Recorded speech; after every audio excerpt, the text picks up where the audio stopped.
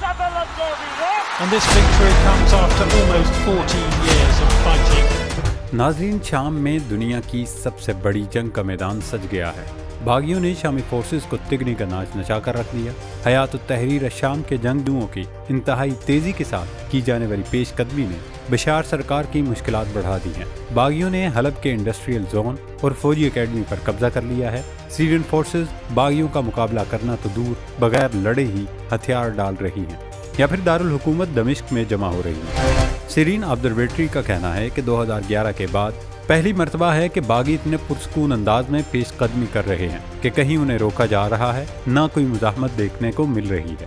اس کی ایک وجہ بشار الاسد کی حکومت پر گرفت ہے، کیونکہ 2011 میں خانہ جنگی شروع ہونے کے بعد بشار الاسد نے اپنے اتحادی ایران اور روس کی مدد سے باغیوں کو نہ صرف پیچھے دھکیلا تھا بلکہ ان کے قبضے سے تمام بڑے شہروں کو بھی چھڑا لیا تھا۔ لیکن وقت کے ساتھ ساتھ اتحادیوں پر بڑھتے انحصار نے بشار اور ان کی فوج کی لڑنے کی صلاحیت کو کم بلکہ تقریباً ختم ہی کر دیا، کیونکہ اس وقت شام میں حزب اللہ کے بہترین جنگجو موجود تھے جنہیں فیلڈ کا تجربہ حاصل تھا۔ لیکن اب پچھلے ایک سال کے دوران اسرائیلی حملوں میں حزب اللہ کی ٹاپ لیڈرشپ کے ساتھ اس کے جنگجو اور کمانڈرز بھی مارے گئے ہیں، لہذا بشار الاسد کو پہلے جیسی سپورٹ اور کمک نہیں مل پا رہی۔ روس بھی یوکرین کے محاذ پر الجھے ہونے کے سبب شامی حکومت کو پہلی جیسی مدد فراہم کرنے کی پوزیشن میں نہیں ہے۔ جہاں تک ایران کا تعلق ہے تو وہ بھی چاروں جانب سے پھنسا ہوا ہے، کیونکہ اسے حزب اللہ اور حماس کو بھی اسلحے کی فراہمی یقینی بنانی ہے، اور اب شام میں بھی القدس فورس کے کمانڈوز بھیجنا ہوں گے۔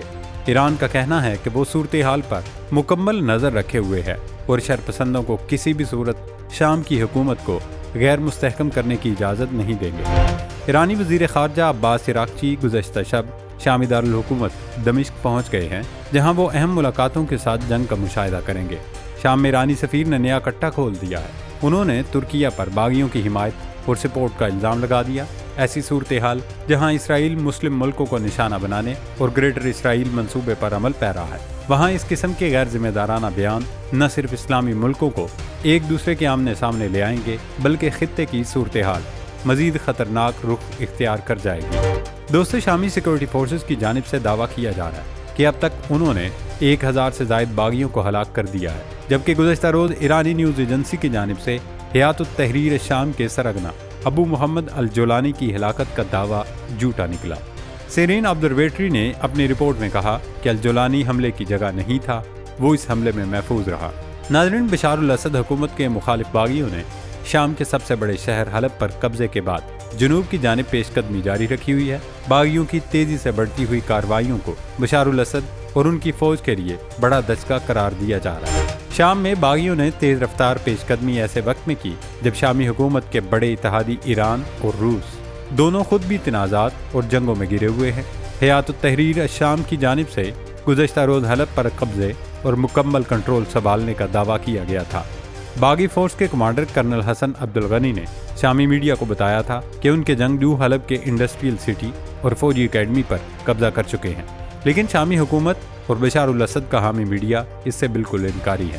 ان کا موقف ہے کہ حلب میں شامی فوج موجود ہے اور وہ باغیوں کا نہ صرف ڈٹ کر مقابلہ کر رہی ہے بلکہ انہیں حلب سے نکال کر دم لے گی۔ شام کے سرکاری ٹیلی ویژن نے دعویٰ کیا ہے کہ اب تک حلب میں شامی فوج کی کارروائیوں میں اہم ترین کمانڈر سمیت 1000 سے زائد جنگجوؤں کو مارا گیا ہے۔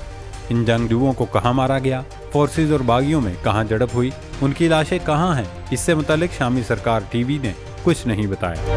نہ ہی لاشوں اور زخمیوں کی کوئی ویڈیو یا تصاویر نشر کی گئی، اس لیے اس دعوے کی صداقت پر بہت سے سوالات اٹھتے ہیں۔ ناظرین، ادلب سمیت شام کے مختلف علاقوں میں روس، ایران اور شامی فضائیہ کی جانب سے بمباری کی گئی۔ روئٹرز کے مطابق حملوں میں وسطی ادلب کے گنجان آباد علاقوں کو ٹارگٹ کیا گیا تھا۔ ادلب ترکیہ کی سرحد کے نزدیک واقع شامی باغیوں کا سب سے مضبوط گڑھ سمجھا جاتا ہے۔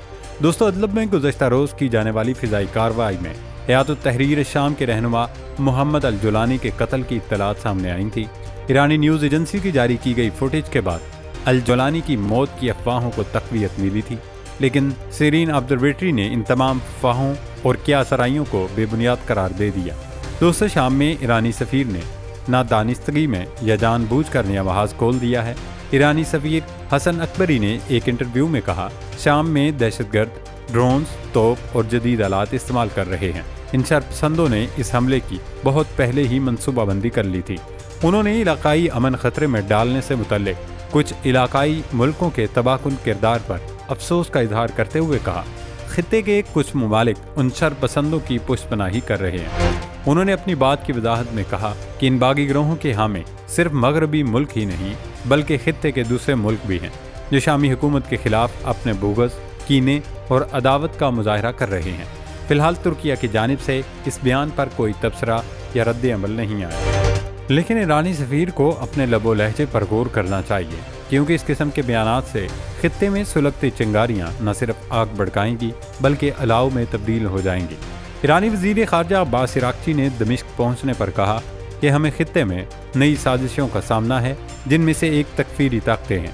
حالیہ سرگرمیوں سے ثابت ہوتا ہے کہ یہ دہشت گرد امریکہ کی ایما پر آگے بڑھ رہے ہیں۔ ان گروہوں اور ان کے حامیوں کو جان لینا چاہیے کہ وہ مزاحمتی فرنٹ اور ان قوتوں کے خلاف کبھی کامیاب نہیں ہو سکیں گے جو اپنے ملک کی عزت و سلامتی کے لیے لڑ رہی ہیں۔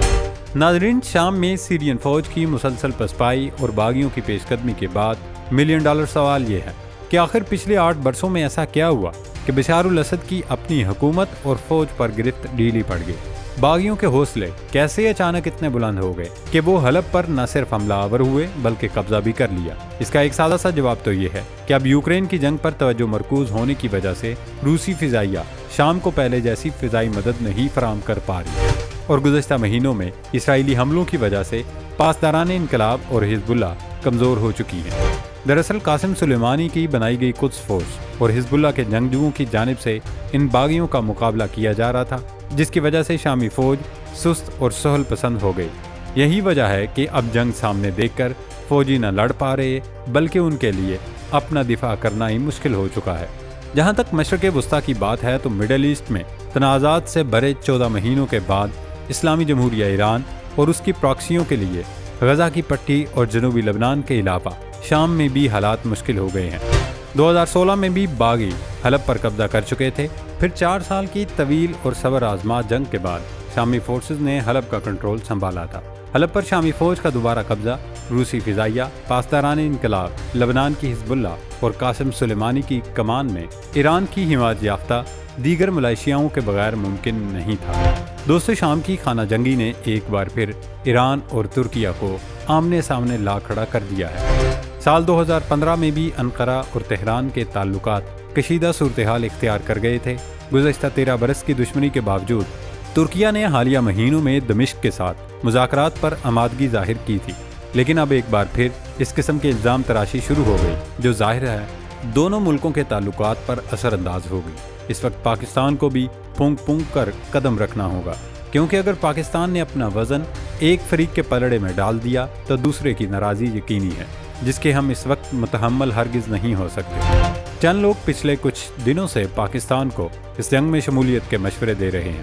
ان کی خواہش ہے کہ پاکستان اپنے فوجی بھیج کر شامی فوج کو مضبوط کرے اور باغیوں کو کچلنے میں مدد کرے، لیکن حکومت پاکستان اور اس کے کرتا دھرتا جانتے ہیں کہ فرقہ وارانہ بنیاد پر کسی بھی فریق کی حمایت کرنا سراسر حماقت اور گھاٹے کا سودا ہے۔